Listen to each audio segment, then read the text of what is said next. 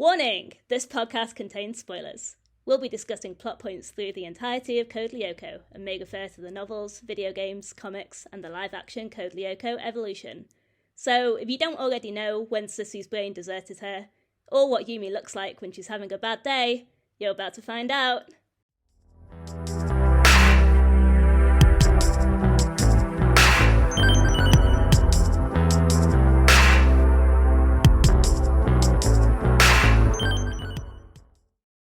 Here we are, going far to podcast all that we love.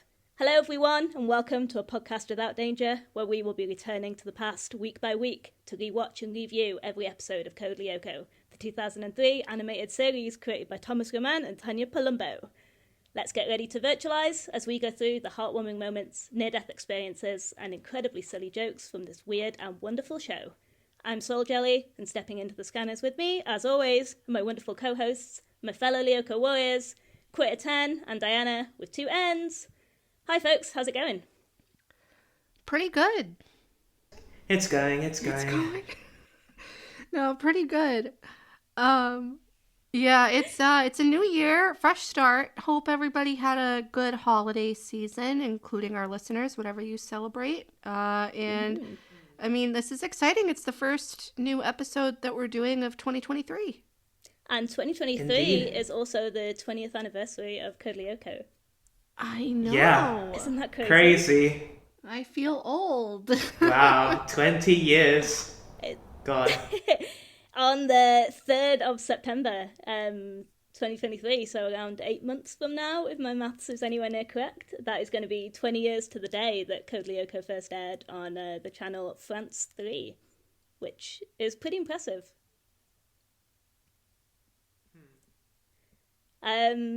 And we will definitely circle back around to various miniature celebrations of that landmark in our episodes this upcoming year, kind of do some reviews of different significant things within the show's history, the fandom, etc. But yeah, for now, I guess let's start out episode 2023 with the second installment of Pick on Yumi Week, which is Image Problem. Written by Ghislaine Pujol and Bruno Regest and storyboarded by Christophe Petit. In this episode, Yumi begins to act strangely after returning from Lyoko. Everyone excited for this one? Yeah. It's a pretty interesting one, yeah. It's a pretty good one. I enjoyed it as much as I did when I watched it the first time around. Yeah, I have a special connection to this, as I mentioned before, because this was the first episode I ever saw of the series.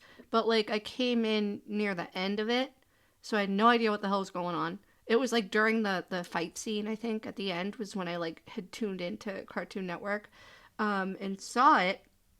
So I'm really looking forward to covering this. And also, I forgot that we were in Pick on Yumi Week, so thanks for that reminder. Yeah, for sure. It's the second time around that Yumi is a victim of Xana's shenanigans, more than usual. Alright, let's get on with the recap. So, we begin with a panning shot of the ice sector, where Yumi and Aelita sprint along a very long path of ice towards an activated tower. It's calm, and Jeremy on the intercom tells them to be careful. This is a really nice introduction to the ice sector, right, Dianna? I agree. I really love this path that they're running across. I don't know why. It just looks really good. I like it a lot. You can see all the little pieces of ice breaking off on either side, and how they get smaller and smaller as it goes out into the the void or whatever. And I don't know, I just think it's really cool. It makes the sector seem a lot more vast and deserted. That is exactly the two words that I got: vast, cold, and lonely. So whatever vibe they were going for, I feel like they absolutely nailed it. We have the exact same. Yeah, they did. Yeah. I think if there had been, we've talked about weather effects on Lyoko before, I could absolutely picture an Aurora Borealis kind of thing in the sky over this. Oh, that would have been beautiful. Yeah, that'd be pretty cool. But yeah, as is, they do definitely nail this cold, deserted, just still, calm place. It's really, really cool. Definitely one of my favourite introductions to Lyoko in the series. Aelita enters the tower without any trouble at all, and there doesn't seem to be anything amiss. From within the tower and over the communications, Aelita and Jeremy hear Yumi cry out. Yumi's disappeared from Lyoko, and Jeremy finds her on the floor of the scanning room, unconscious. Dramatic start. I also, sorry, as an aside, I love Aelita's little, like, yoo-hoo, when she, like... It's so cute! So cute! She's turning more human, isn't she? But yeah, I just wanted to point out the script here. I mean, the script in like Image Problem is pretty different from like the thing we got. So, I mean, of course, at the beginning, there's the flashback scene, which we'll talk about when we get there. And then here, Yumi and Aelita, when they're like watching out for monsters and whatnot, they're described as looking like a GI commando in action. That's great. And then, like before, in the scene in which like Yumi like looks behind her and then screams and then she's not there, like the script says that at the moment Yumi seems to like pixelate briefly from top to bottom as if scanned by some kind of invisible ray, like, you know, the television static. Ooh. Oh, that would have actually given more exposition, you know, to the viewer as to what was going on, because on our end in the actual episode we just hear her scream. And also, weren't they going to this tower because the scan or something initially said it was activated? I think so. Do we see the red smoke that indicates an activated tower? I don't remember seeing it, but I don't think we ever really kind of... It wasn't, but I think that's why Aelita contacted Jeremy and said, this isn't activated. Like, this tower is not active. Yeah. Why are we here? It's deactivated. Super weird. I guess Xana did something, or kind of, you know, made some little glitch kind of thing happen just to get them out there, which... Yeah, I think that was the point, like, to try and lure them somewhere so he could capture Yumi. But then my other question was, and, like, we're not going to get an answer to it, why is it just Yumi and Aelita? Like, where are Odd and Ulrich? They're not in the lab. Like, it's just a solo mission with Aelita, which, I mean, if the scan said there was an attack happening, you would think that they'd probably be at the school then, I guess. Yeah, probably, like, in the bathroom or shower, somewhere they don't have their phones. Detention or something. Or maybe they just got, like, detention. I was just thinking about that. Yeah. There could have been any number of reasons why they were held up, but it is certainly a risky choice to just do that solo mission and not have anyone kind of, at least as a backup in the factory on Earth side, you know? Good point. They're such newbies. Yeah, right, I know. Well, we're only 7 episodes in, and as far as we know, 7, or I guess counting Xana Awakens, 8 attacks so far. But they're still learning. They'll get there. Cut to Calic Academy, where Odd and Ulrich hang out at the vending machine. Odd complains about the hot chocolate, but there's more pressing concerns as Sissy Dalmas hurries over to bother Ulrich, pleased that Yumi isn't around for once.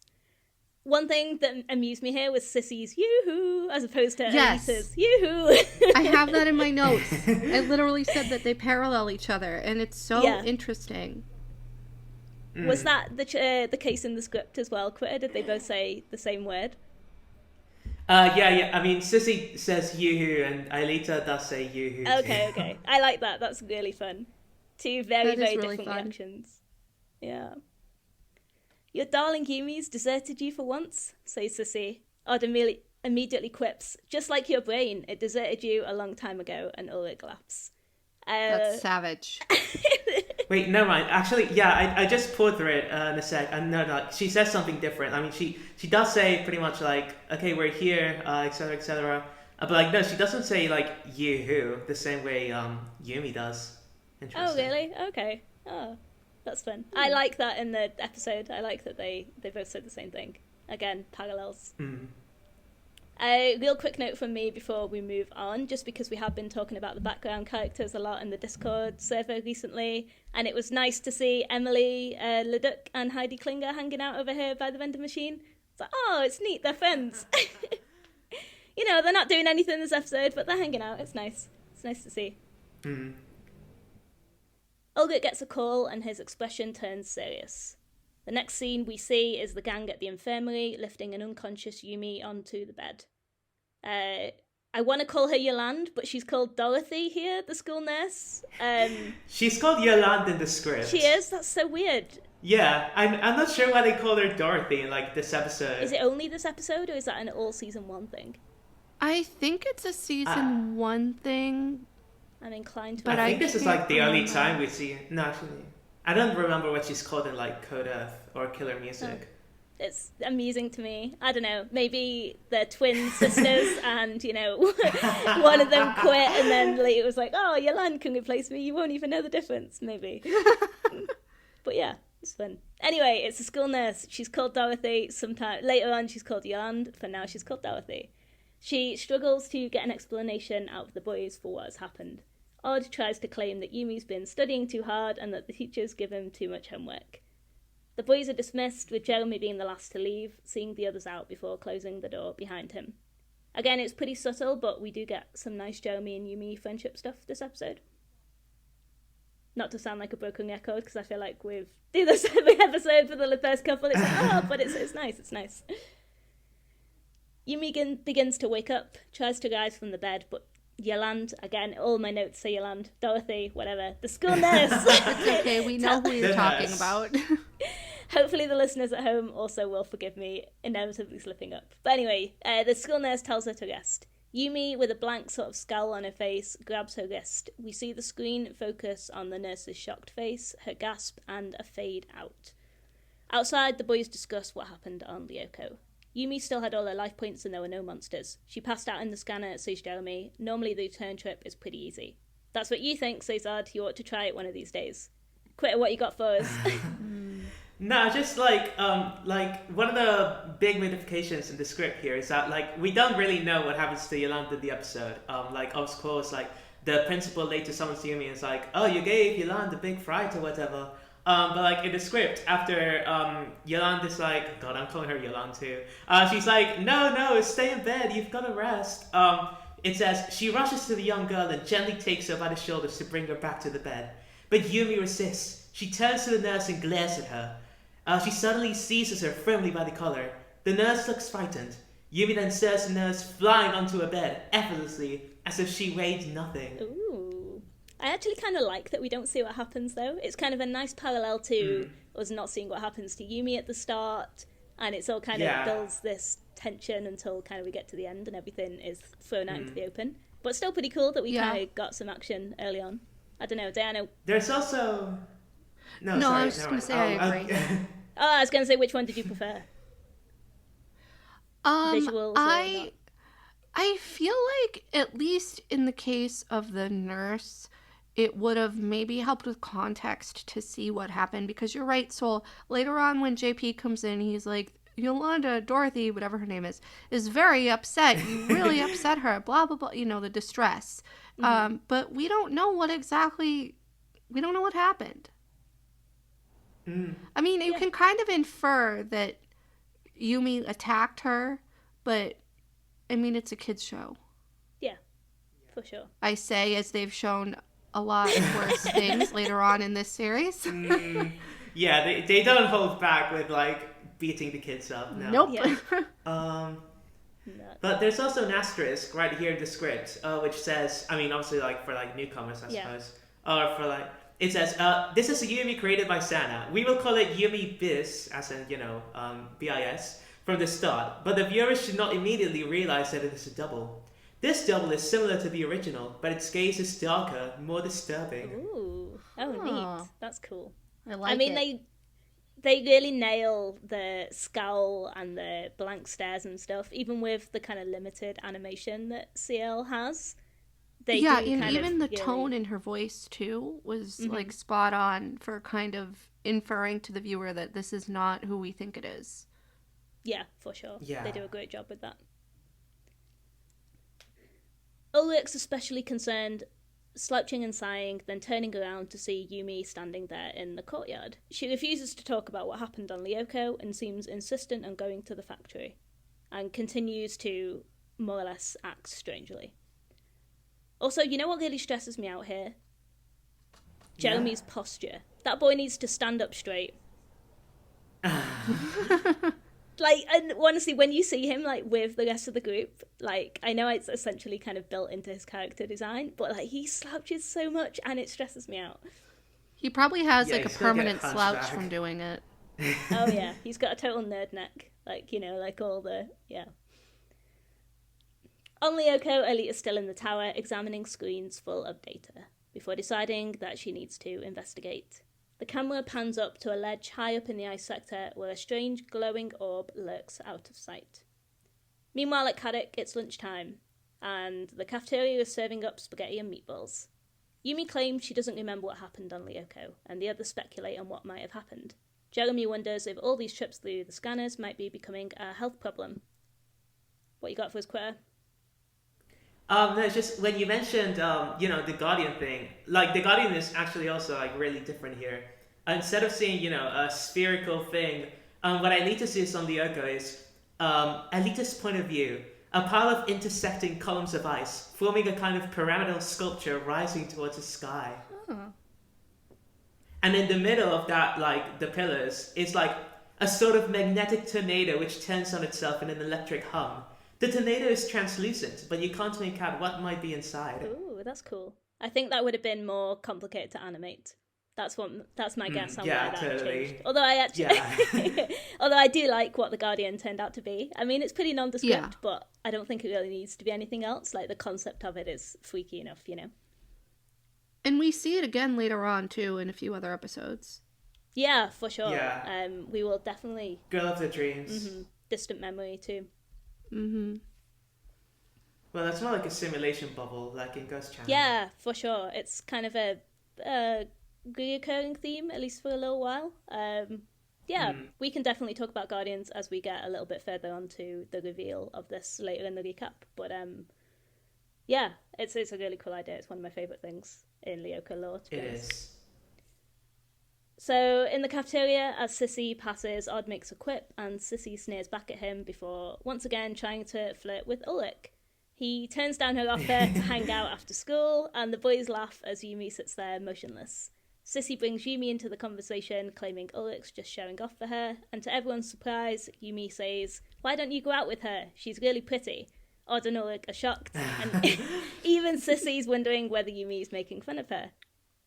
This whole interaction is, like, just really awkward and great, and, like, everyone is... I love that Odd, like, drops his fork out of, like, sheer surprise. Sissy's like, thanks for the help, Yumi. Hey, Ulrich, I'll see you later. Yeah. Like, yeah. Ulrich asks Yumi what she's playing at, and Yumi just repeats that he should go out with Sissy. She's been waiting for this for ages. Go out with her. Go on. And I guess my question here is, like, why does Xana ship Sissy and Ulrich, though? Like... Yeah, that is a good question. But, like, also maybe he's just doing it to break up their group dynamic. Mm-hmm. I feel like that would be, like, a good strategy. Yeah. I mean, it's a clumsy attempt because it's the first attempt. But, like, it's still trying to get, Ulrich out of the way. Yeah, it's a prelude to Xana's kiss, which we will see much later on. But yeah, it's interesting to even see at this stage in the game, as it were, Xana's got that insight into their psychology and their relationship dynamics, and is trying to experiment with them. Like, even this early on in its kind of development as an AI, even though some of its attacks are kind of really simplistic sometimes, or kind of don't seem to be very well thought out, sometimes it really just, like, nails that bit of insight into what actually does work, which is so interesting to me. A hand on Yumi's shoulder. It's our man JP, Principal Delmas, who wants to see Yumi in his office. Odd Delagovia title card, and back to Lyoko, where Alita spots the strange glowing orb. It looks like a guardian, she says, and tries to get closer before she's pushed back by laser fire. The guardian, as we now suspect it is surrounded by monsters. So how does Alita know what a guardian is? I was just going to ask that. Yeah, like, there's a file somewhere and it's, like, got a list of everything. I don't know. Maybe. That would make the most sense, actually, because how else would she... Like, us as the viewer, we haven't seen it ever. And there's no, like, exposition as to what it is. She's just like, oh, Looks like a guardian. Okay. Yeah. Or, I mean, my other suggestion, which I don't really agree with, but just like throwing it out there as a possibility, is that there's been an off-screen battle where the gang have seen one of these before. I feel like that isn't that's really... a good point. Yeah, I don't think that really makes that much sense because the gang might have suspected it more or less. Been like, oh, maybe Xana's done that thing again. But still, it's interesting that she knows what it is so authoritatively and like, yeah. We get an Ulrich Stern title card, and back to Kadek, where the gang still can't work out what's going on with Yumi. Ulrich wonders whether she's mad at him. I do find it interesting, speaking of the relationship dynamics, that Ulrich's framing this as being about him, whereas Jeremy is the one who's still thinking about Yumi. Like, Ulrich doesn't really seem all that concerned for Yumi this episode. I mean, I guess he is a little bit, but then it kind of really switches to, oh, she's betrayed me, because he's like, you know, she's flirted with Jeremy. You know what I think it is? He is so blindly in love with her and will, like, just go along with whatever she's doing within reason, usually, that he probably is not able to see her faults here, like, how different that she is, until later on. And even then he has a lot of doubt. I think he's just, like, I think it's just the love for her that he has is, like, masking his better judgment. Ah, that's interesting. That is an interesting perspective. Yeah, for sure. I hadn't thought about that. I guess I was thinking, what if he's just super in denial at this point and is kind of actually completely freaking out, but is like trying to put a lid on it and being abrasive as a result. But I like Diana's too. Yeah. I think... No, yeah, that would also make sense. Yeah, but I think that your point makes a lot of sense too, Soul, that like he could just be in complete denial. And holding it together really well, because he doesn't usually, I mean, he lets his emotions take control a lot of the times, but like sometimes he's also really good at holding himself together. Yeah, repressing. Yeah. Yeah, this is an interesting episode to kind of think about alternate points of view, for sure. Herv marches up, demanding to know why Ulrich's going on a date with Sissy, and Jeremy tells him this isn't the time for such arguments. Sissy's the one to ask about that anyway. He turns away, claiming he's got a super psychopathic computer to feed. Which weird phrasing. Go ahead, Diana. I just want to say, Herv and Nicholas look like such dorks in this scene. Like, did you guys see how they're marching up to Jeremy and... Like, they look like idiots. Herb especially. It's like, what the fuck is that? Like, you look like you're waddling like a duck. Like, you don't look like you're marching up to somebody to, like, yell at them. It's the way that arms, like, swing, and it's all, like, angles. Yeah. Like, No, yeah, they do look really They look stupid. There's no other word for it. They're teenage boys, but, like, they look stupid. For sure. Like, and you know that they thought they were being super intimidating in that moment, which just makes it that much better. It's great. Yep, literally just and Herb is so short too, so it just adds to how like I know, it kills me. Yeah, exactly that Twitter, exactly that photo. We're gonna put this on Twitter because they just. God, what would you do if you saw the two of them marching toward you like that? I'd be like, oh, here we go. Something dumb's going to happen. Laugh. Oh, yeah, for sure. I would definitely laugh, at the least. So Jeremy tries to break up this argument. It's like, yeah, no, I'm out. Can't be bothered with that. Turns away. Back to Jean-Pierre's office. He's furious about Yumi's treatment of Dorothy earlier and demands an explanation. Yumi stares at him with that same blank scowl. As her silence continues, JP becomes concerned. There's something troubling you, Yumi, he says. He asks her if he wants to talk and reminds her he's here to help.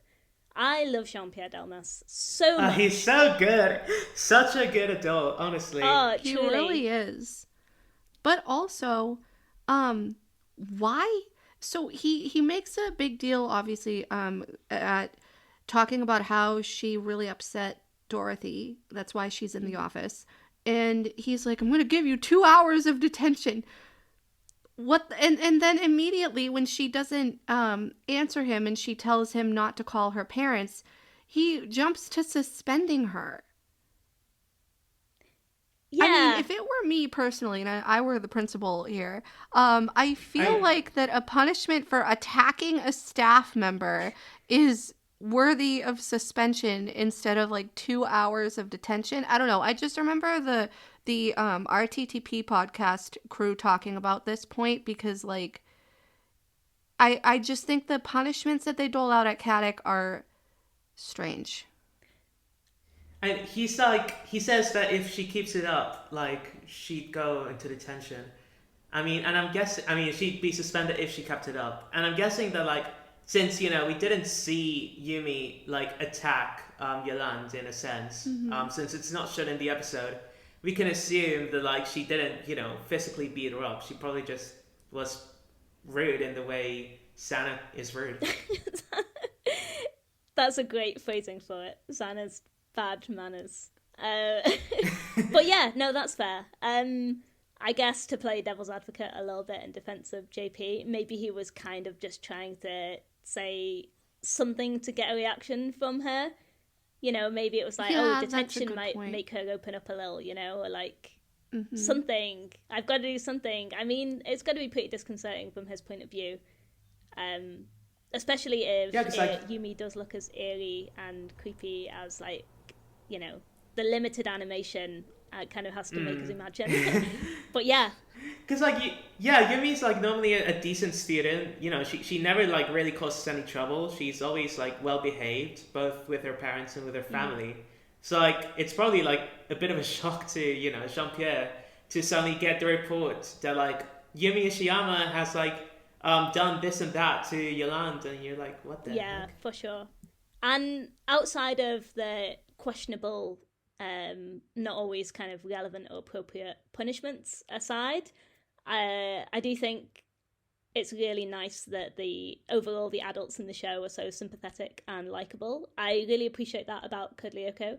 I think it's so easy to cast in, like, media where children are the protagonists to cast the adults as enemies and untrustworthy, but I think having them be so good and ultimately kind-hearted and well-intentioned and responsible, and actually even decent candidates for Lyoko warriors themselves, makes the complexity of the gang's secret that much more apparent and that much more poignant. Yeah, totally. Yeah. Listeners, you should also check out the Code Lyoko series Bible, which is on codelyoko.fr. It is basically the notes from the original kind of pitch for Code Lyoko, how everything was supposed to go, the character concepts, etc. And the notes there on the teachers really do paint them as positive characters, which is really sweet. Sorry, that was my soapbox moment about about minor characters. Thanks, folks. So, yeah, further to the scene in the recap, Yumi won't answer him. JP tells her he'll have to get her parents involved. Not my parents, says Yumi.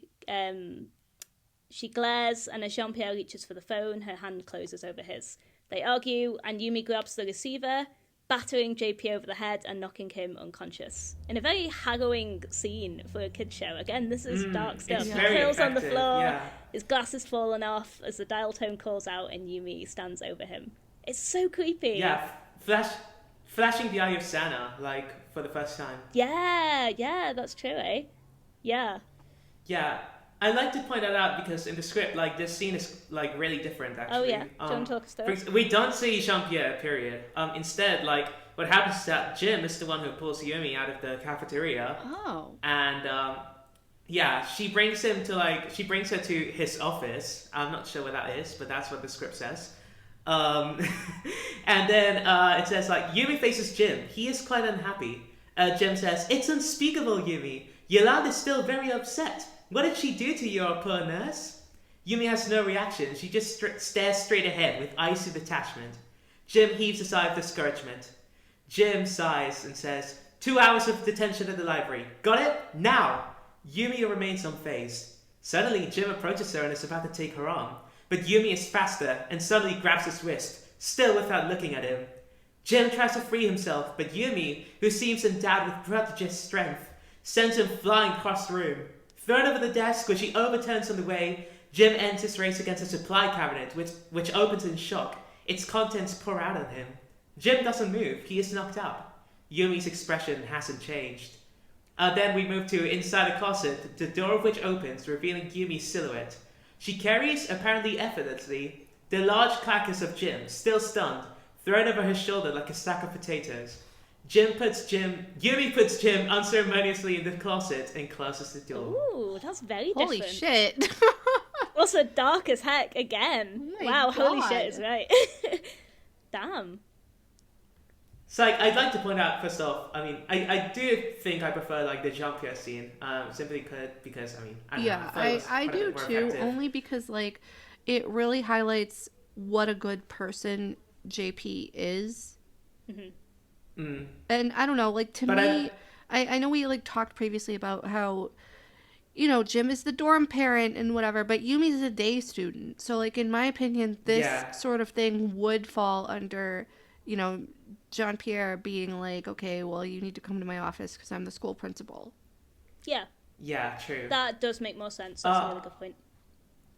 Yeah, of course. I'd also like to point out that, like, in the script, at least, it wasn't revealed yet that, you know, this Yumi was, like, under the control of Sana. Like, she didn't, you know, flash the Sana logo on her forehead like she did in the episode with Jean-Pierre. So Okay. I'm guessing, like, the show writers want to keep this thing a mystery for a bit longer. Yeah, for sure. And it works, definitely.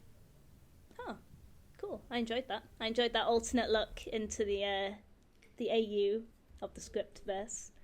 Also kind of makes, knowing that, now that we get to the next bit, so my next part of the recap is, like, sinister music plays as Yumi leaves the principal's office. She bumps into a cheerful Jim Morales, whom she ignores. It's like, Jim, you escaped a horrible fate! Oh my god! In this, like, sliding doors moment of alternate versions of what happened, you're in a closet right now.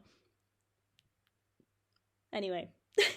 Cut to Jeremy's room where he's talking to Aelita at his computer. She explains what happened on Lyoko, and Jeremy notes that while she shouldn't have left the tower, she's made an important discovery which could explain what's happened to Yumi. He's going to send Ard and Ulrich as backup, but Aelita points out that there's a risk that whatever happened to Yumi might happen to them as well. Aelita heads off to explore on her own, and the door to Jeremy's room opens. It's Yumi standing there. Oh gosh, it's that scene.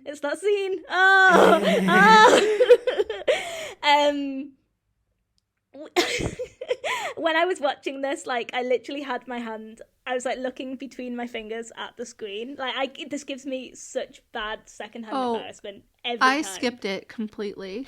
I wish I had, honestly. Like, I have in my notes, why did Xana try to seduce Jeremy? I mean, we all know why, but we know why. But, like, what would make, like... Not the podcast. What would make him be like, yeah, okay, sure, I'll seduce this 12-year-old kid into taking me to the factory so I can wreak havoc? That's a great idea. Instead of just, you know, putting him unconscious like he had her do for the nurse probably and for JP. It would have, I mean, obviously we get more of a rift between the group later on because, like, spoiler alert, Odd and Ulrich walk in on this, but it's just, what the fuck is that thought process? It's so weird.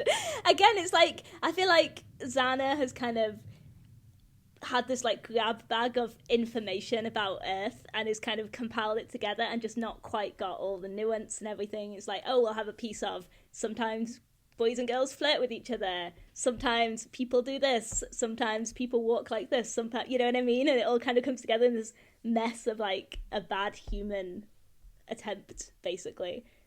But, well, yeah, and also I mean, he did a great job with the whole flirting thing. Like, it was very convincing, and also Jeremy's just an idiot and went along with it anyway. It was too good. While it trying was to good. resist. Yeah. It says in the script that, like, she acts in a almost caricatural manner. Yeah, I can see it. Like, when trying to seduce him. So sorry for the listeners at home who may not have watched this episode prior to listening. Just to kind of quickly go over this, the scene. Yumi comes into Jeremy's room and basically attempts to seduce him. She's like, we have to go to the factory now. Jeremy says no. Yumi continues to insist. Yumi kind of flirts with him by leaning like right up into his face and takes his glasses off. Jeremy's blushing and stammering all over the place. They're like millimeters from kissing. It's very, very awkward. Jeremy's like, you need to go and like take a really, really cold shower and calm down. And like, he's just like deadpan, like going in for this completely awkward, intense kiss. And then, Ulrich and Odd walk in and Ulrich turns away just immediately like, nope. He's so mad at Jeremy. He's fuming, absolutely fuming. And Odd is too, to be honest. So, like, Jeremy guns after him, and then we have, like, Odd and Yumi just alone in the room, and Odd just goes, bravo, like, really deadpan, like, scoffs and turns away. But, like, But the thing that I think is interesting about this is that, like, you can clearly see where each of them have their anger placed. Odd is mad at Yumi, but Ulrich is pissed at Jeremy. Mm-hmm. Like, in what world would he think that Jeremy was the one who instigated that? I mean, he's like super insecure. He is. This episode just really puts a spotlight on all of Ulrich's insecurities. 100%. It's so weird though, right? Because, now that you're saying that, I'm like, oh, yeah, of course, that is really strange. I mean, I guess you could chalk it down to they still don't really know each other inside out 100%. But also at the same time, there are so many jokes already about how Jeremy is completely flipped for Aelita and, you know, they're kind of off in their own little thing and their own little world. And, it kind of doesn't really make any sense. But again, insecurity and, you know. Well, and not only that, I think that he is still, like, he thinks that Yumi can do no wrong. And because of that, he's like, well, my anger is all directed at Jeremy. It's Jeremy's fault. Jeremy was the one, you know, flirting with her. Clearly, he instigated it. Even though he's, like, visibly uncomfortable, Yumi is the one leaning toward him. And you can tell by their body language that Jeremy wants nothing to do with it. But because Ulrich is so madly in love with Yumi, he just sees whatever is happening in front of him and makes his own interpretation out of it, framing Jeremy as the bad guy. He's got more to lose. Because he's a lovesick teenage boy. Yeah, for sure. Yeah. He's got more to lose in this situation by getting mad at Yumi than he does by blaming Jeremy. Yeah. But completely agree. Quitter, what you got for us? Now, I'd just like to point out another, like, quick addition in the script that wasn't really in the end. Like, at the end when, you know, I was like, bravo to Yumi, and then, like, they all end up leaving, and, like, it says that the fake Yumi's left alone, and then Aelita begins to talk on the computer, saying, Jeremy, can you hear me? She was there and then Aelita... this whole time! No! Sorry. And then Aelita's face appears on the computer. She seems out of breath and quite distraught. The fake Yumi frowns. And then Aelita says, it is imperative that you warn the others. Be careful of Yumi. It's not her, it's... And then she's interrupted because the fake Yumi yanked the computer's power cable, cutting off the conversation. Oh, so that segues into the scene after. Oh, that's interesting. I'm sorry, I like viscerally like reacted to the idea that Aelita was just kind of privy to that entire scene. But obviously she went off and kind of, I don't know, did something in between that conversation. But yeah, that's interesting. That makes sense. I mean, it still makes sense in the script as it is. But having that extra addition is kind of just a nice way to flesh it out. Yeah. Cool. Yeah, I mean, you can't really get much more awkward than that. I think that is one of the most awkward moments in the show. Oh, yeah, definitely. Oh. Like, imagine them, like, looking back at this moment, like, years afterwards. Yeah. Not a fun time. So... on Lyoko, Aelita approaches the Guardian once more, sneaking through the ice caves. It's also kind of nice to see Aelita taking a bit of initiative here and being a bit less helpless than usual. It's pretty cool. Yep. Odd Delagobia, title card. Cut to Caddick and Hertz's science class where she's giving a lecture on parthenogenesis. Cloning, she says. And then kind of goes on to more or less explain the process. An animal gives birth to a replica of itself, an exact replica with no differences between them. Jeremy's sitting alone at the front of the class, with his friends still very obviously mad at him. And as our friend Gill pointed out on the podcast server, Hertz's lecture here is actually a really cool bit of foreshadowing or acknowledgement of what's actually going on with Yumi here, which was a really good detail on the part of the writers. Yeah, I was just going to say that as well. Yeah, it happens sometimes. So, like, Hertz's lectures are relevant. For example, in, like, Lyoko -1, when they're all going towards, like, the forest on the, like, trip, Hertz says that the purpose of this trip is, like, observe the effects of pollution on the forest and, like, the beginnings of its destruction. And, of course, in that episode, what happens is the destruction of the forest sector. That's so cool. I've never noticed that before. Me neither. Neat. Yeah, that's really cool. I suppose now could be a good point in the episode to actually talk about Xana's plot more in depth here. So image problem is really interesting because it marks the beginning of what will become a recurring theme throughout the series. That is clones, polymorphic spectres, body doubles, Xana creating duplicates of the Lyoko warriors in order to deceive, manipulate, fight, or otherwise sabotage them. We've talked about this in the Discord server previously, but I am pretty fascinated with Xana's perception of the kids as seen through the clones that it makes of them. So we've got this like early version of Yumi that's monosyllabic, cold, angry, violent, which some of it is probably arguably down to Xana not really knowing how to human properly, as previously discussed. But also how much of that is kind of Xana reflecting its actual very real perception of Yumi as a cold, brutal warrior on her real life like counterpart outside of Lyoko. Yeah, it's interesting to think about. Yeah, and I mean Xana clones everyone at one point. I think we see an Ulrich clone, we see an Odd clone. We definitely see a Jeremy clone. Ghost Channel, hey ho, that's going to be fun. Let's see. Do we see an Aelita clone? Yes, during Xana's kiss.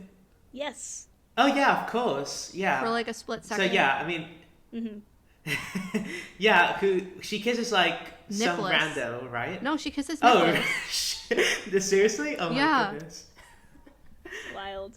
No, but yeah, we do see like everyone's clones, but like the ones that are given more focus, yeah, it's definitely Yumi's in this episode, then Jeremy's in Double Trouble, and I mean there's the Odd clone in like Revelations, but that one's like more important because it transforms into the alternate Ulrich, and then they have that sword fight and whatnot.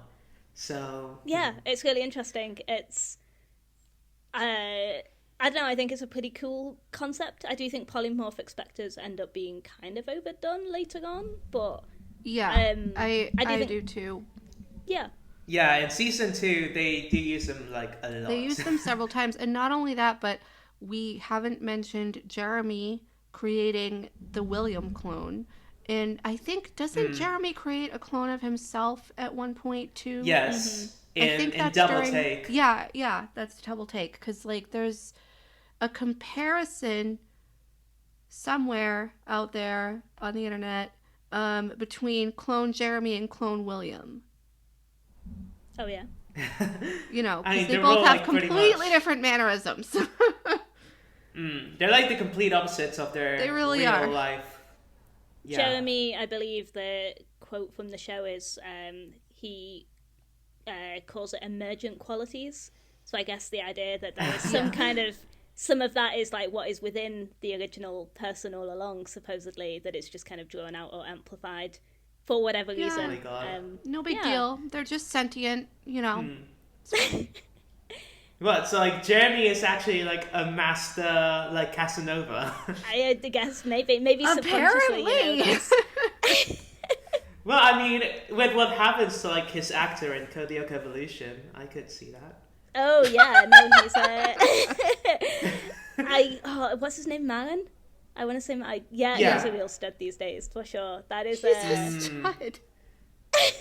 No, he is. Wow, like there's photos out there. Damn, like wow. We'll share some stuff on Twitter or the Discord server for sure. But he's done some really cool artsy, creative work like movies and photo shoots and stuff. It's actually pretty cool to take a look at. But yeah, no, I mean, foreshadowing of a real life connection or something, I guess. But yeah. I've completely lost my train of thought thinking about that. Yeah, no, so I guess we've got the clone here, which is not actually a polymorphic spectre, but it's kind of along a similar vein, right? I mean, Xana here literally like 3D prints a duplicate Yumi, and then the spectres are kind of... it's like a prototype. Yeah, and then the spectres are kind of more ethereal, like kind of more like superhuman, invulnerable, like kind of less like humanized, and kind of they hiss and growl and have all the Xana logo pupils, etc. So yeah, I don't know, interesting that Xana kind of never went this route again, I suppose. But yeah, I don't know. Anyone got any more thoughts on clones while we're at this point of the episode? No, not quite. I think we'll have a lot more thoughts on them as we keep seeing them throughout the series. That's totally fair. Back to the recap, where the bell rings for the end of class and everyone files out. And sorry, I'm just going to do one last quick tangent, but like, I did not notice until now how short Nicholas's shorts are. From nothing. Like little beady shorts, like, you know, good for him, I guess, but it just really made me laugh to kind of suddenly notice that on this rewatch. Yeah, they've all got a bit, well, I mean, his fashion sense is definitely questionable, yeah. It is. Yeah, Nicholas, weird character. We should do a deep dive on him at some point. I mean, there's not much to dive deep into. We'll find a way. I mean, he's kind of an open book. But does he have hidden depths? Dun dun dun. Only our headcanoning and projection will tell. I mean, he gets better fashion sense in S4. I'm guessing Sissy like picked out his like season 4 clothes for him. I can totally see that. That is a headcanon I'm willing to accept. Jeremy tries to explain again to Ulrich, but he's still angry. Jeremy tells him that something's wrong with Yumi. She's not in her normal state. I don't know what she's been through, but she's traumatized. He manages to talk the boys around to coming to the factory with him. Yeah, Dianna, you had an interesting point about this part. Wait, what? That trauma is this is the only mention of the word trauma in the series. Oh, yes, sorry. Yeah, so Jeremy says something when he's talking to Odd and Ulrich about how, you know, Yumi's been through a lot. Whatever it is that she's dealing with, she's traumatized. And I literally have in my notes, first and only mention of the word trauma in this entire series that I can recall. I'm pretty sure that it's not brought up ever again. But these kids face so much shit. Oh, and especially because, you know, the whole series was rewritten between seasons 1 and 2. So there's that.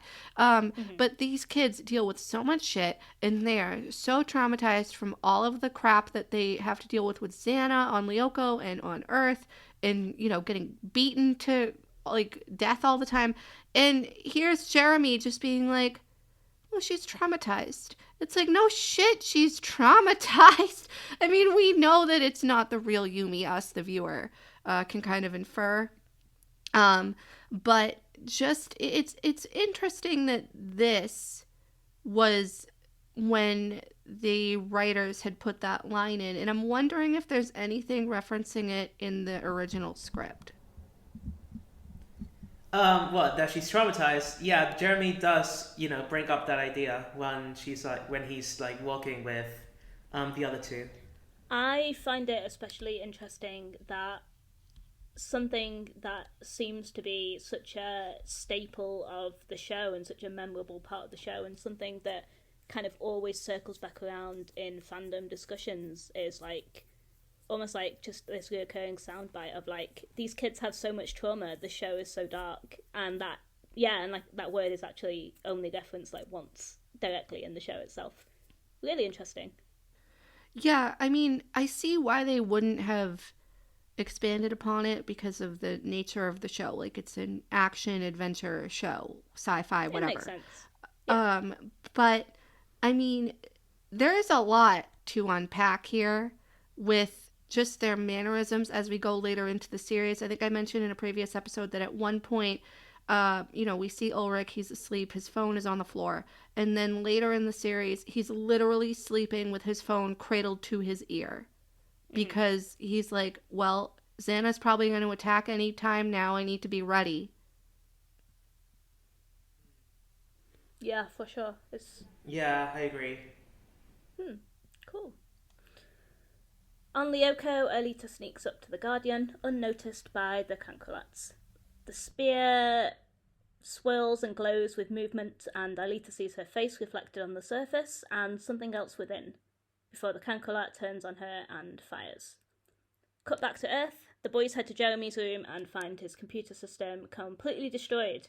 Ulrich suspects Sissy or Herv, but they remember the last person to leave this room was Yumi. Ulrich says it can't be her, she's been acting weird lately, he has to admit, but the enemy is Xana. Xana must have launched an attack. The other stuff must be a distraction while he gets rid of Alita, which reminds Jeremy that Alita is all alone on Lyoko. So yeah, here we get the other end of that scene that was missing from the script, where Yumi launches the brutal attack on Jeremy's desktop setup and kind of smashes everything, which, you know, thankfully gets undone because RTTP, but yeah. Are we going to the scanner room? Says a voice behind them. It's Yumi. They all stare at each other with some amount of suspicion, and then Jeremy says, yep, let's go. Also, the stare down was really funny to me. It was just the pacing of it was just really weird. It was like, dun, dun, dun, and then Jeremy's just like, yeah, let's go. Yeah, it was a bit strange. It was a weird one. I don't know. Just me putting out animation goofs or whatever. Cut to the factory. Tensions are high as Odd, Ulrich, and Yumi head down the elevator to the scanner room. Jeremy begins the virtualization program, but Yumi pries the scanner doors apart and steps out before they close, leaving the other two to go to Lyoko alone. Alita runs from the Cancolats, and Ulrich and Odd step in just in time. Alita tells them they have to go and rescue Yumi. The real Yumi, the one who's here on Lyoko, trapped in the Guardian. The other one, the Yumi they were on Earth with, was created by Xana. Yep, so here's the reveal. If you hadn't already guessed at this point, then that was not the real Yumi this whole time, believe it or not. It's a bit more obvious in the episode with, you know, Yumi flashing the eye of Sana in her forehead when attacking Jean-Pierre. That's true. More obvious in the episode than in the script. For sure. Jeremy, says Alita, whatever you do, don't go anywhere near Yumi. Do you hear me, Jeremy? But she's speaking to an empty room, the headset laid out across the computer keys. Jeremy's already headed down to investigate the scanner room. Which, again, this episode does a great job of building tension. I really enjoyed this. I think Sherman did a great job with the urgency in Alita's voice here as well. Like this line of like, do you hear me, Jeremy? Delivered particularly well. In the scanner room, he finds Yumi pulling out the huge cables that connect the scanners to their power supply. Jeremy catches her in the act and she fakes a moment of weakness. With Jeremy off guard beside her, Yumi knocks him flat with a punch to the face. What you got for us, Quitter? No, yeah, I was just wanting to point out that this is a scene we see in the flash forward in like the very first moment of the episode script before, you know, going into Alita and Yumi on the ice sector and Jeremy saying, what the heck? Oh. But like, yeah, so if you'd seen like this scene, like before anything else, what do you have thought? There was a rift between the Lyoko warriors and like Yumi was beating up Jeremy because she felt like it? I think if it had just been the very specific couple of seconds where Yumi punches Jeremy in the face, I think that would have been perfect. That would have been like a complete, what the fuck, I'm definitely going to sit down and watch this episode now. I think the whole bit with her pulling out the scanners kind of makes it a little bit more obvious that something is going wrong. I don't know. I mean, I think as far as call forwards to like the meat and the action of the story goes, like this is the obvious choice, right? What about you, Dianna? How do you feel about this being the kind of in media res moment? I really don't have much else to add other than what you had already said. I just think, you know, it's an interesting moment that we have here. Yeah, it's neat. Ard and Ulrich take on the monsters. Yumi cackles in a very un-Yumi-like way over the unconscious body of Jeremy. Like, we're really getting into the Xana as an evil, hammy villain here at the moment. They're like, ha ha ha kind of thing. Like, it's so out of character for Yumi, though. It is actually quite funny. Like, it kind of circles back around to just being like Nam rather than actual serious drama, you know? Just a bit. Yeah. Ulrich approaches the Guardian. We get a slow motion shot as the final Kankalat fires. Ulrich deflects a sword off a nearby slab of ice and right back into the monster, destroying it. And Aelita explains what they see before them is the Guardian as a sort of digital jail adapted to the body imprisoned within it. Such a cool concept! One of my favourite things in the series. I don't know about you two, but I am a huge, huge fan of this entire trope, concept, etc. I don't know.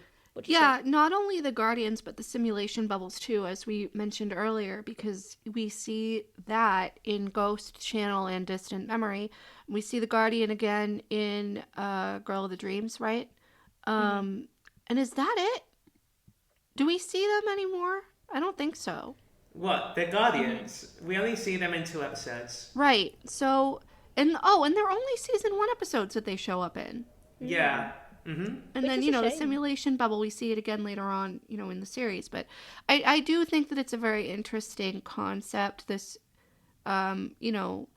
trapped within a world, and then in the simulation bubble, the world within a world sort of thing. I don't know. It's interesting that Xana is able to create things like that just based off of the knowledge that they have on humanity, like we've been touching on beforehand. For sure. So, with the kind of idea that the Guardians / simulation bubbles are a similar concept, we'll see Aelita kind of, in one of those simulations with fake memories of her father in the Hermitage later on in Distant Memory. Assuming there's a similar thing going on within this Guardian, what kind of fantasy world do we think Yumi is living in? Do we think Xana's just put her in a regular simulation of Earth? Or do we think it's kind of more of a, like, I don't know, has Xana kind of made some mistakes and got something wrong and, like, she's dating Ulrich and everything's perfect and, like, she's kind of trapped in this world that's a bit more of a Lotus Eater machine kind of thing? I don't know. I think she's just... Sorry, go ahead. I was going to say, I just think it adds to a little something to the episode to be like, what's Yumi's experience of this? I always figured she was just in, like, stasis. Yeah. And I think that we get that much when she comes to after they end up destroying the Guardian, because she's like, what the hell happened? Like, I just was under the impression that she was just in a sort of stasis. And because she doesn't talk about any experience that she has, and she seems, kind of disoriented coming out of the Guardian and back onto Lyoko. No, that's fair. Like, she doesn't remember anything. Yeah.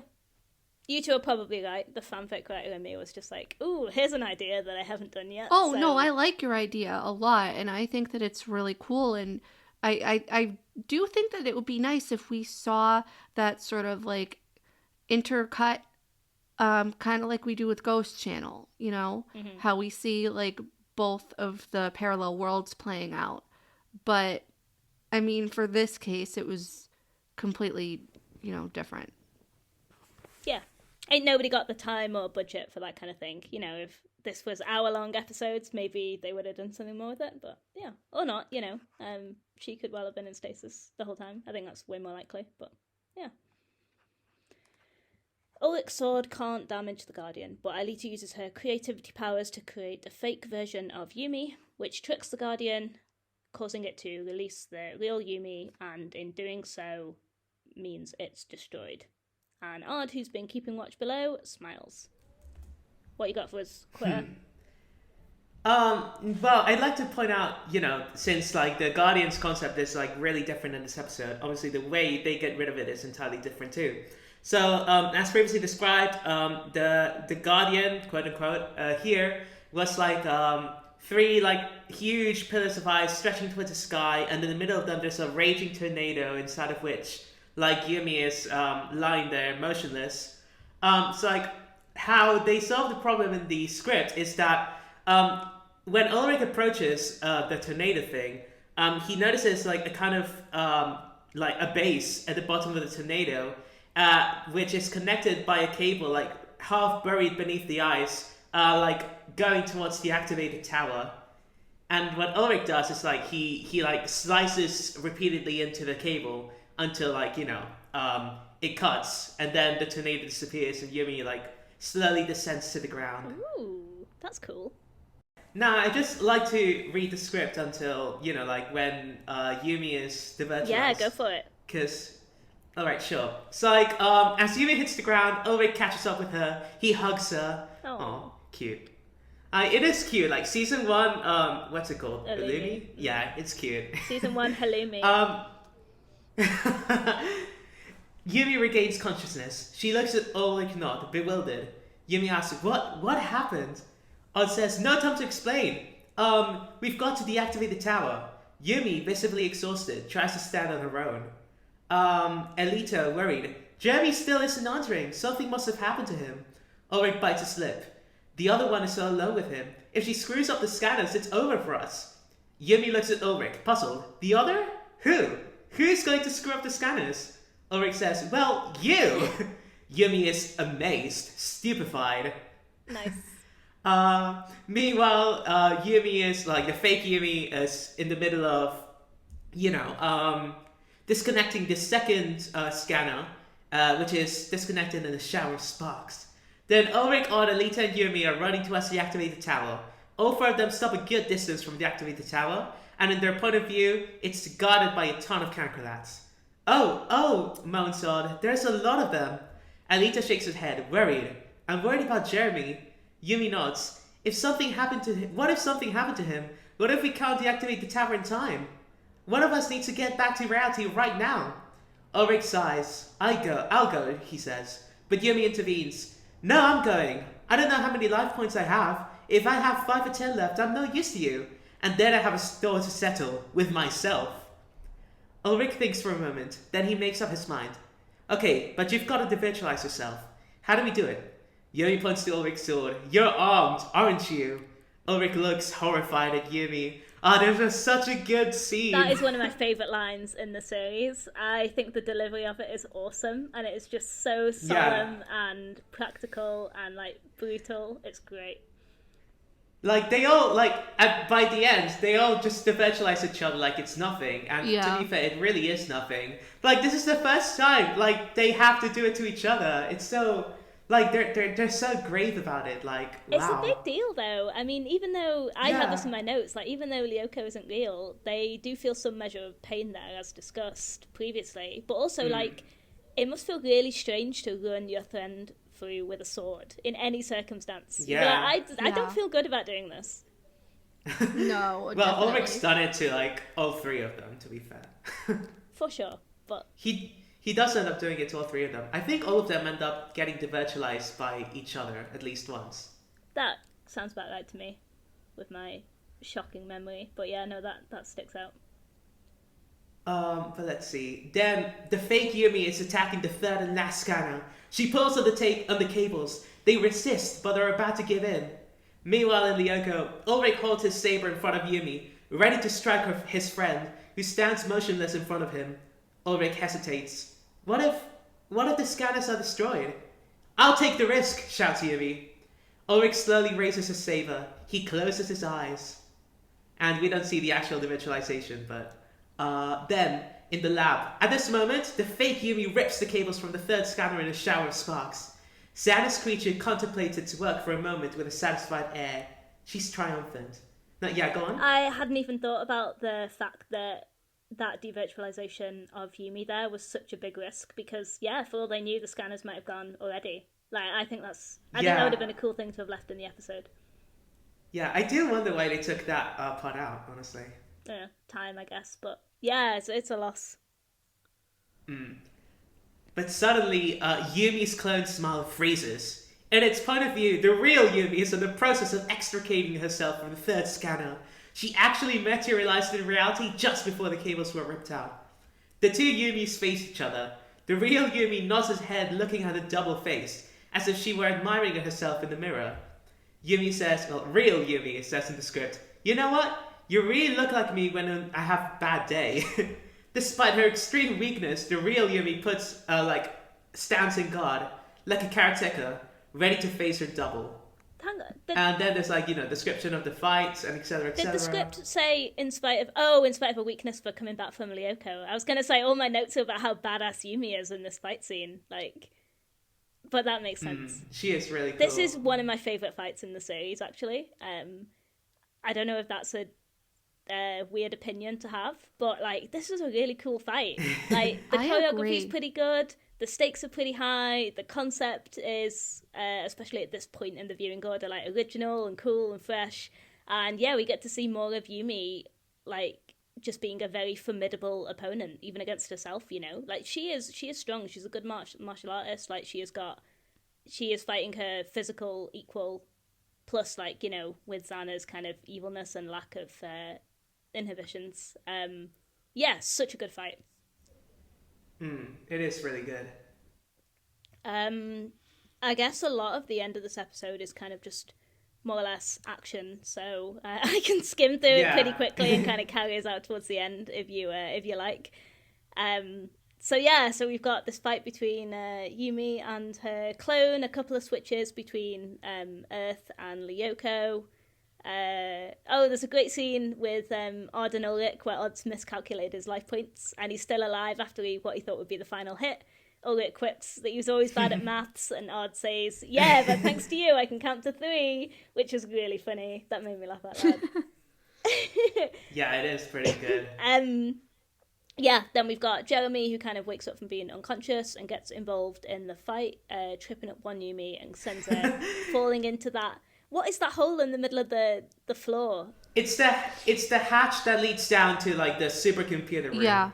All the way down. Thank you. Yeah, I didn't know what it was Jeremy either, but it's kind of sorry. I didn't know what it was either the first watch of this, but at one point we see a overview of the factory when they're going down the elevator. I can't remember which episode.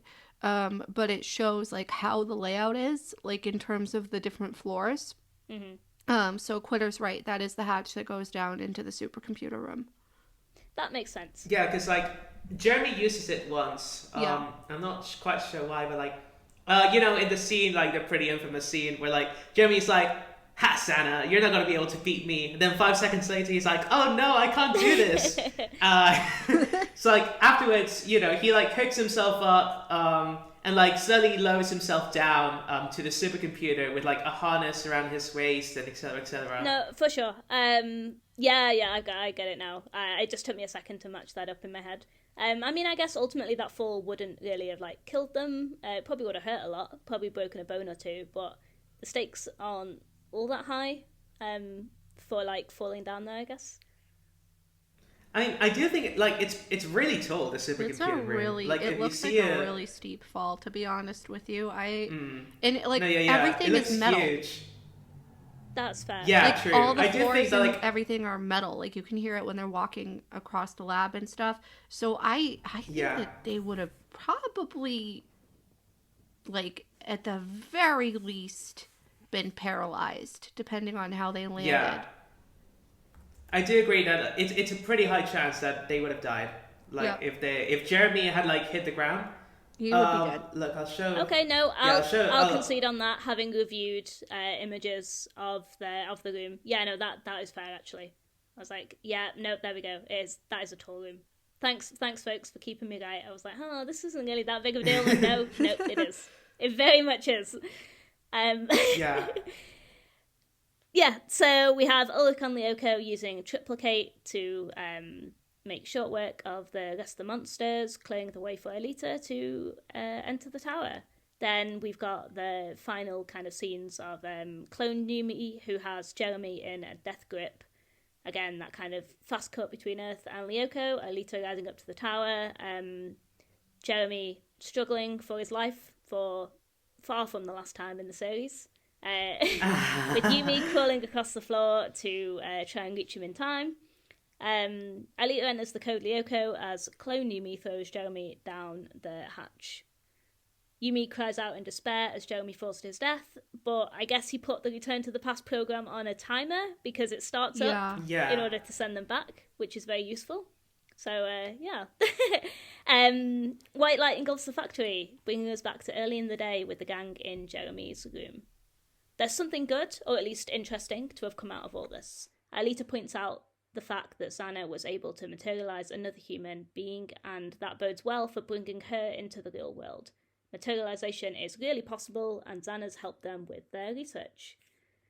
Jeremy's going to get programming straight away, or he could go and see Xana for help, since it clearly has all the answers, as Odd jokes.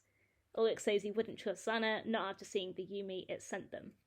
Odd quips that she wasn't all that different, and Jeremy claims that he definitely could tell the difference, especially when she started to flirt with him. Yumi asks if he's sure if it's the real her that he's looking at right now, and begins to flirt with him again, taking off Jeremy's glasses, as if we weren't already mortally embarrassed by the previous iteration of this scene. Jeremy blushes, and Ulrich isn't happy. Yumi teases him and asks if he's jealous, and Ulrich scowls as the other three laugh at him. And that's a nice wholesome end to the episode. Although, sorry, just to kind of get back into like a last little bit of analysis, I can't tell really, like, this scene is... So the group seem to really, like, readily acknowledge Yumi and Ulrich's attraction to each other and their jealousy of each other. And it's almost like a running joke in the friend group, right? The same way, oh, Joe would be so, like, crazy about our leader is a running joke. And you'd think that would break the ice on them actually talking about it more seriously, but hey, it doesn't. That was my only thought. I was like, this would be a great time to joke about this, actually, and be like, hey, anyway. True. I've got no deep thoughts. Just one last addition, like in the script after, like, while everyone's like, laughing at Ulrich, and he's like puffing up in like a bit of embarrassment. It says that on the bed, Kiwi opens an eyelid to see what's going on, and he closes it immediately. Oh, even Kiwi's fed up with love triangles. That's cute. I like that. I enjoyed the script this episode. I always do, but I particularly think they had some fun parts. Yeah, I agree. Overall, a pretty solid episode. I know people are looking forward to this. It's pretty solid. It's pretty cool. Does anyone have any ratings out of 5 that they're going to go with? I'm not sure. I think I'm going to give it like a solid... What am I going to give it? I don't know. What do I rate this episode? It's good. Like, it's good. It's entertaining. I just don't feel like it has, like... It's not like a top tier episode, It's not like an ultimatum or a ghost channel. But I feel the same way. It's very solid. For sure. I'm going to give it a 3 out of 5. It's pretty solid. Like, it doesn't have any glaring, like, flaws. It introduces some of my favourite Lyoko lore with the Guardians. It's got some cool moments. It's very memorable. I think I mentioned this last time, but one of my very earliest memories of watching Code Lyoko is the Jeremy and Yumi scanning room scene, and my sister just being like, what the fuck are you watching? And me being like, you know what, I don't know actually. I have no idea what to tell you. And here I am to this very day, 20 years later, more or less. Oh. Anyway, sorry, 3 out of 5. I'm going to stop rambling now. That's okay. I think I'd give it a 3.5. With the same reasoning as you, Soul, but also, like I said at the beginning, this is like a kind of special episode for me because this is how I was introduced to the series. As everybody probably agrees, the whole take me to the scanner room thing, really awkward. Skipped the whole scene. Bad secondhand embarrassment. But I think that the concept it introduced was interesting, especially for it being such an early episode in airing order. I mean, it's a concept that we see again, so there's that continuity, which is great. And I don't know, I think it had some pretty good character development. We see their urgency when Aelita's trying to tell Jeremy to stay away from Yumi, so that's, good. We see that they care about each other greatly. So I don't know, I like the episode overall, but it definitely wasn't perfect. It had its faults. Yeah, of course. Totally agreed. I would give it a 3.5 out of 10. I mean, a 3.5 out of 5. No. Say, wait a minute. No, but yeah, for pretty much the same reasons. I mean, some of the parts were really clumsy, and definitely felt a bit unpolished. The reactions definitely didn't seem very like the characters we know and love. I do agree. But at the same time, like, I do think some parts were really cool. Like seeing, Yumi's clone for the first time. The Yumi versus Yumi fight, that was pretty unforgettable. And of course, the Guardian is also a very interesting concept. So yeah, I do agree. I'd give it a 3.5. Can I change mine to a 3.5? There Sorry, are no rules here. I was listening to Quitter outline all the cool stuff, and I was like, no, wait, actually, this is a cool episode. So yeah, no, 3.5, please. Okay, good. 3.5 across the board, which is interesting because, well, I was going to say the last episode we all rated a 3.5, but that hasn't happened. The last episode that Soul and I... Wait, I'm reading this wrong. No, yeah, the last episode that Quitter and I rated a 3.5 was Holiday in the Fog. Huh. And Soul, this is your first 3.5 rating so far. Huh, interesting. Cool. This is definitely going to get skewed as we go. Yeah. That's okay. Oh, well. Yeah, it's fine. It's interesting. Other stats. True. Jeremy Belpois crime count, non-existent here. He's a pretty good boy in this episode. Good for him. Well done. Shocking. Outsider POV, nothing to report on outsider POV this episode. Similar to Cool Dilemma, this one is pretty focused on the gang exclusively, and they don't use their knowledge of previous events to act any differently after they return to the past. Therefore, the Cadec student body and other outsiders don't see anything especially weird from our little gang of heroes this time around. Quitter, you got any stats for us, or trivia? Yeah, sure. Okay, so trivia. Well, obviously it's the first time we really see the ice sector, so that's fun, finally. Yeah. Goodbye, Desert. And what else? Obviously, first time we see Yolande. Good for her. I mean, she's not going to be very relevant, but she will get her fair share of suffering from Sana, too. Yep. Let's see, what else? I think this is the first time we, I think we find out in this episode that, Yumi's surname is Ishiyama when she's talking with Jean-Pierre. Oh, neat. I don't think it was mentioned before. That's cool. I like that. What else? Of course, first time, one of the heroes evangelizes another hero in order so that they can, go to Earth and help Jeremy or whoever is enough out. And then, of course, the Kankarats, first time they appear in the ice sector, obviously, since this is the first time, we see the ice sector, period. Then the next episode they appear in is 13, which I think is Just in Time.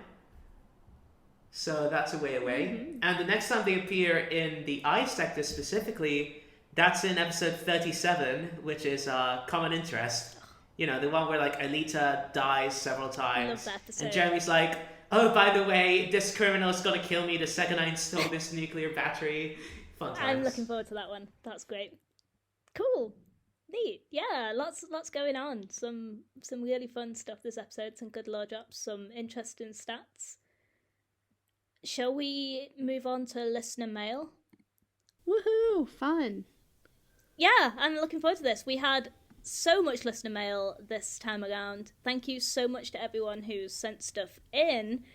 This is really, really cool. It's good to see everyone engaging with the podcast and having thoughts about the show after all these years. Glad you're on this journey with us. It's been really, really cool to see. Do you want me to go first and kind of read out this first one from Kitty? Yeah, that's what I was thinking, that we could go in order of received, from the beginning. Yeah. And so I'm going to preface this too with, we received so much mail that we this episode are going through specifically the mail that we got that mentions Cruel Dilemma and or Image Problem. And next time, or depending on how we are, you can probably cut this, Soul, but depending on how we do this episode, we may cover more mail, or we will finish it the next time when we discuss End of Take. Yeah, for sure. Having too much mail to talk about in an hour's worth of podcast content is such a beautiful problem to have. So thank you so much, everyone. That's great. All right. Our first email is from our good friend on the Discord server, KittyGirl255. Hello, Kitty. Thanks for emailing in. She's written, "Hello, this is KittyGirl255. I wanted to share my thoughts about Cruel Dilemma, but wanted to wait to hear all your thoughts first. I have to say, Cruel Dilemma is such an interesting episode as it's only the 6th episode of the series, and they decided to make a big decision of killing a main character, even if she got better. One thing I would like to add onto the point you made about Xana targeting Yumi for being arguably the strongest member. It shows from early on Xana's slowly growing intelligence, a plot point that will return in later seasons. Xana recognises that Yumi is both the strongest member on Lyoko and Earth and focuses its attack on her in an attempt to weaken the group. Once it realised that would not be the case, it switched strategies. It's an interesting character choice I never realised until now. And with the mention of the Totally Spies Easter egg, as a massive Totally Spies fan, I never noticed that, and now you can never pry the idea that those two words share a world from my cold, dead hands. It's especially cool as Thomas Astruc also worked on Totally Spies. If I had a nickel for every show I hyperfixated on that Thomas Astruc had worked on, I'd have 3 nickels. It's not a lot, but it's weird that it's happened 3 times. Loving the podcast, and with each episode I get more excited for the rest. Kitty." Thank you, Kitty. That's really made me giggle. Yeah, you're not wrong about that last part especially, but all of this. Yeah, I guess I think... Sorry, go ahead. No, you go. I was just going to say... Sorry, I totally didn't mean to that. That's okay. Just because I have the email open and I can't see the thingy. So I hadn't really thought about it in terms of killing a main character, but yeah, Yumi basically died for all intents and purposes. And yeah, this is a kid show; she got better, but that is a big decision, especially early on. I hadn't even considered it from that perspective of narrative and storytelling and like how decisions go in the writers' room. But yeah. Yeah, I really think that it does a good job at showing like the beginning of character development from Xana, in a way, because as the email pointed out, we see as the series goes on that he gets a lot stronger, and he makes some stupid decisions here or there, but like generally the main focus is to get the group out of the way, or later on get Jeremy and or Aelita out of the way, so he can achieve the world domination that he's seeking or whatever it is. And the way that he goes about doing it is so interesting because he really plays to the feelings of the group as a whole. Mm-hmm. And then, you know, especially in Image Problem, he kind of like singles out the various relationships that Yumi has with members of the group, like with, you know, between Jeremy and Yumi, for example. So I don't know. I just think that that's very spot on that we do see this sort of like development very early on in the series, and it kind of just like blossoms from there. Mm-hmm. I don't really have anything to add except like complete agreement.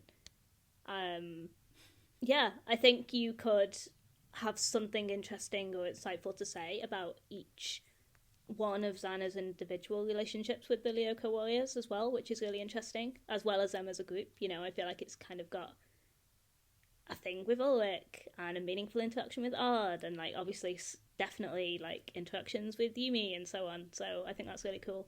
I also think that is, now that I'm thinking about it, what makes Xana certainly a more effective antagonist than William, who did not talk at all to basically Odd, Jeremy or Aelita, and therefore lost a lot of impact of those relationships being affected when he got possessed, because there wasn't really a relationship to start with. Slight tangent there, but that thought popped into my head and kind of had to be voiced, so yeah.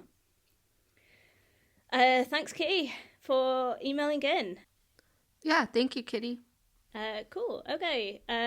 This is from our friend from the podcast on the Discord server, Xanadu200. Happy holidays, everyone. Since Image Problem was the very first episode of Code Lyoko I've watched, I thought it would be fun to share my story on how I discovered Code Lyoko.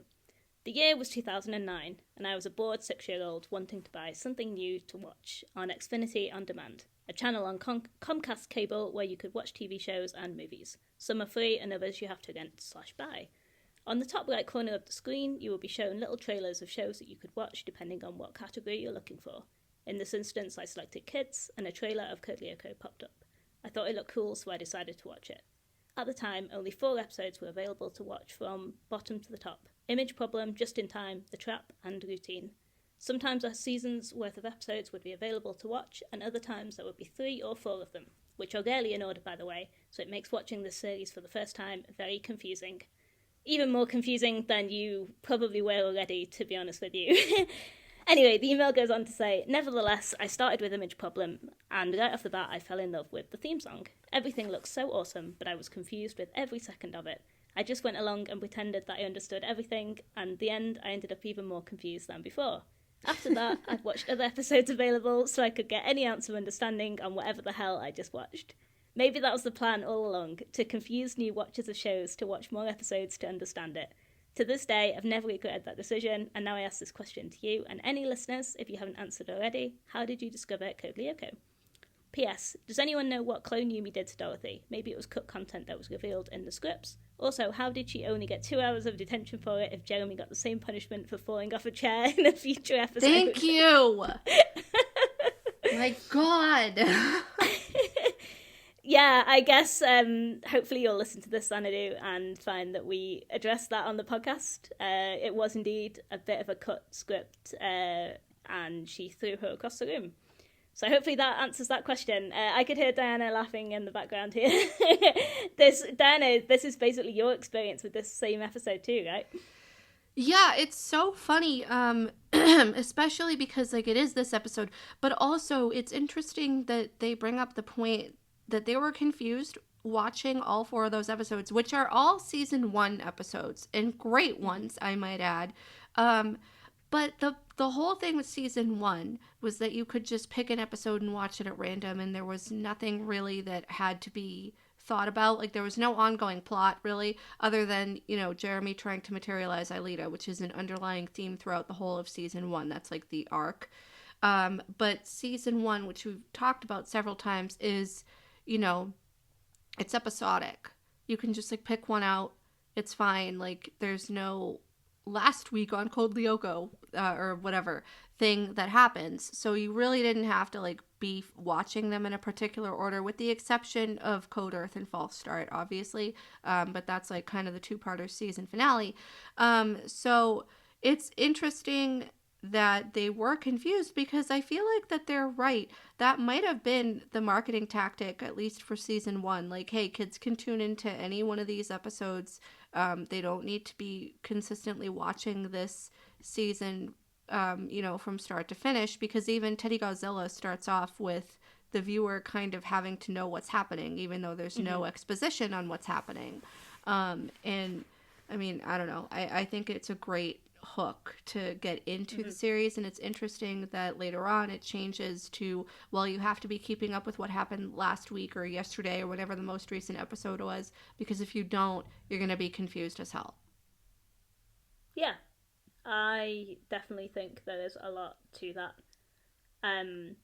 I guess as well, from visuals perspective, it's got the mixed media and it's got action, and a lot of it is just like, hey, I'm gonna sit and watch these cool fights, which also again doesn't take an awful lot of, you know, getting into, but yeah, there is a lot of intrigue to it, because it is just so weird. It is just so much stuff thrown at you that does not really make any sense, and again, I think it's so weird that it works.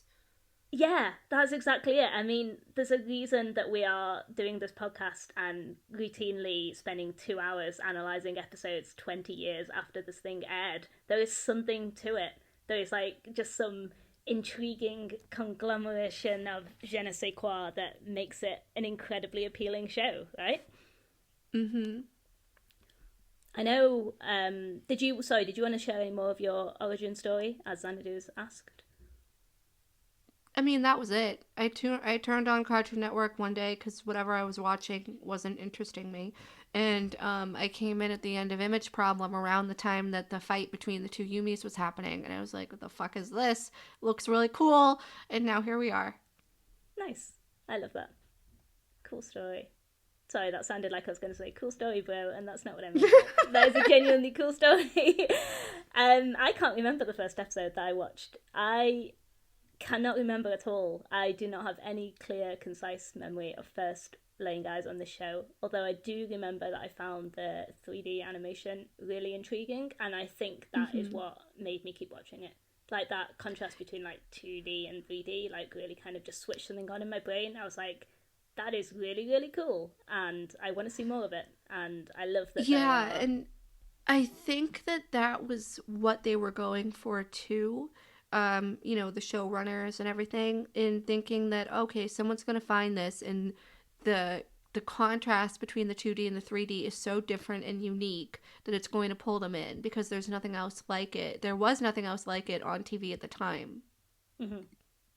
And it worked. It totally worked, which is awesome. Yeah, I've got nothing else on that. Thank you for emailing in. I hope we answered your questions. I don't know. I don't either. I can move on to the next one if you want. Yeah, for sure. Let's see what we've got.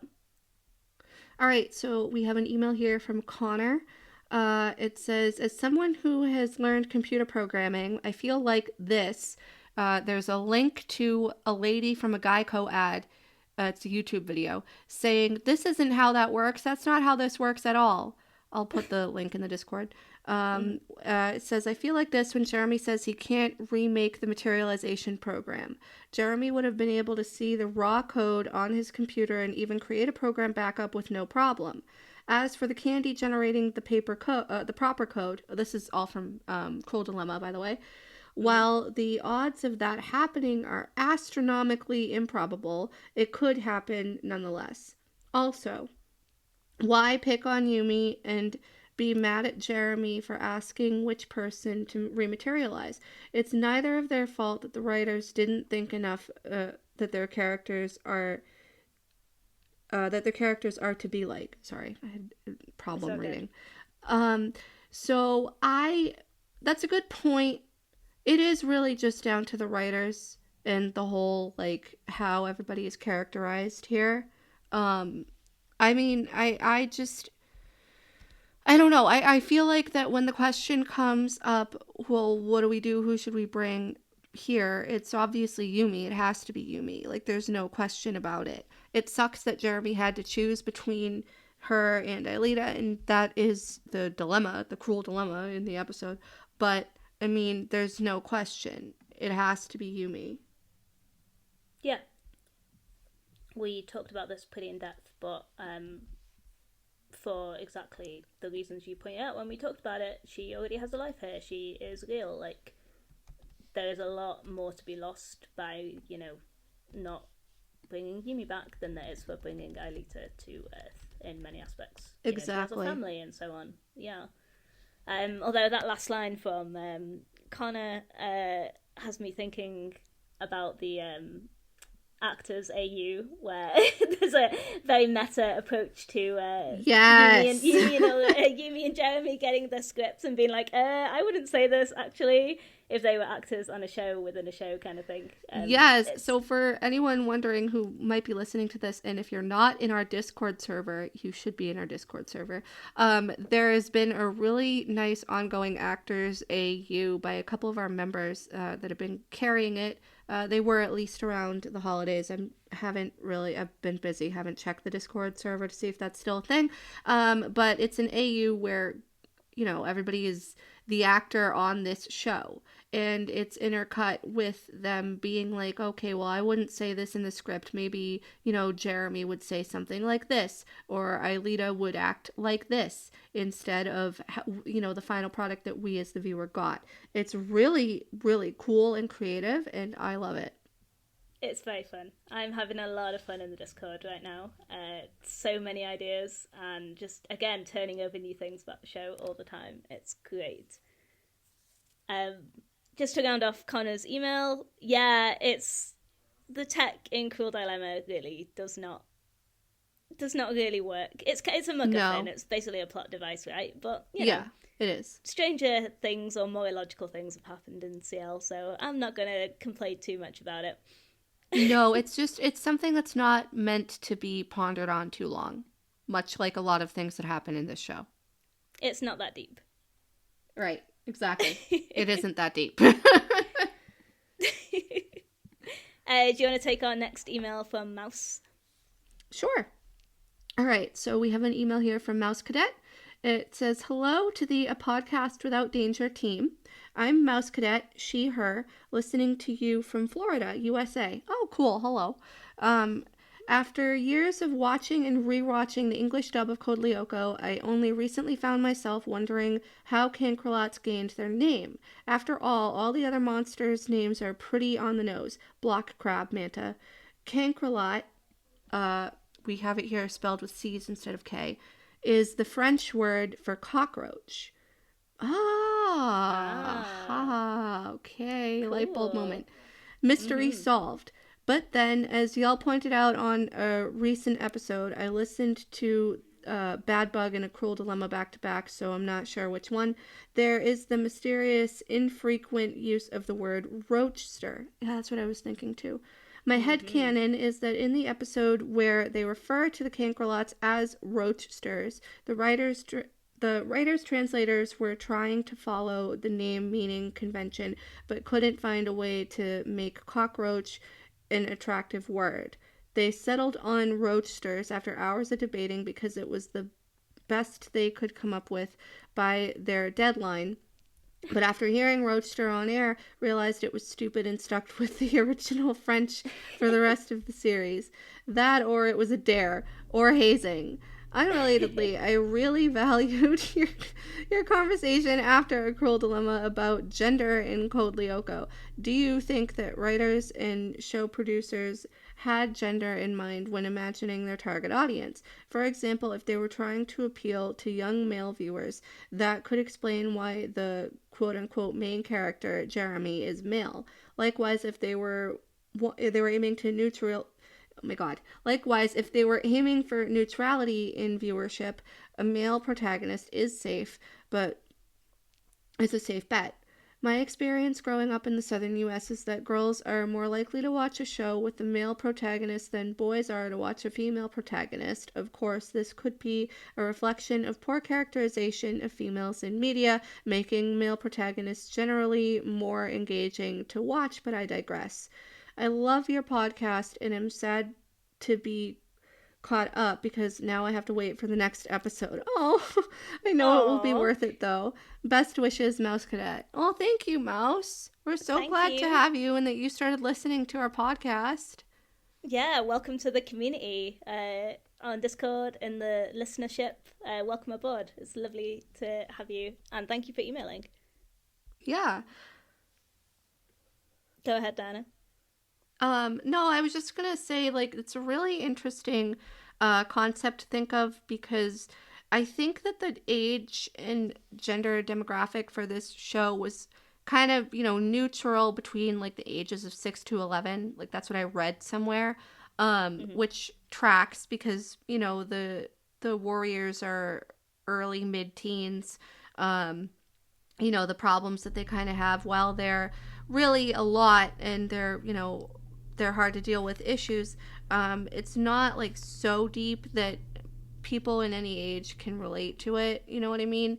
But also I feel like that they are right, or that she's right in that, boys are less likely to watch something with a female protagonist. And a lot of that does have to do with the portrayal and representation of women in media. I'm also gonna add in that I think it's just because executives don't give boys a chance to watch shows with female characters, because I'm thinking about things like Legend of Korra and The Owl House, and there's definitely at least one other really good example that springs to mind, and it's disappeared. But like, there are shows with excellently written, with excellent portrayal of female characters, and I think that there is probably a lot that we haven't seen because execs have just gone, yeah, well, they won't care. It's like, well, actually give boys a chance to actually learn to empathise with a female character. You know, women and non-binary people have to adapt and empathise with men in order to enjoy media, so why can't it be the other way around? So, yeah, I do think it's probably a mixture of everything that we've just said. Yeah, I agree. And it's interesting too if we like step back and take a look at shows that were airing at the time of Code Lyoko, because it was in the early 2000s. And you know, whereas like The Owl House and Legend of Korra, like they aired a little bit later, you know, after the run of CL. So just comparing it to shows at the time, and I guess even shows now, not just the whole like ensemble cast or primary male character or portrayal of women thing, but there really is nothing else out there that's like it. Like it covers such a wide depth of issues. There's a lot of action, the blend of media, you know, just the whole concept. Like there are shows that have similar concepts, I guess, that have come up now and then. But there's really nothing like Code Lyoko, and I think that it does a really good job for the most part of portraying the female characters that are in it. Yeah, like there's really I was going to say Sorry, they go are ahead. hard done by. They are hard done by in various aspects, but we can talk about that more in a moment. Yeah, no, I mean, there is like the damsel in distress escort mission that is basically the plot of every season one episode where they have to get Alita to the tower and she's hopeless. But I mean, for the most part, like we have some pretty strong women here. Look at Yumi. Other than some of the issues that she faces on Lyoko, she's a well-rounded female character that I feel like young girls can kind of look up to as a sort of role model. Yeah. Oh no, definitely. And Alita is too. You know, I think Yeah. all too often we have Yumi as the strong female character, and because Right. Alita, It's really her and Alita. They're both strong female Yeah. characters. like it's all too easy to be like, well, there can only be one strong female character, and then there has to be the other one, and it's like, well, actually, they are both like totally badass, like, and Sissy is too in her own way, you know.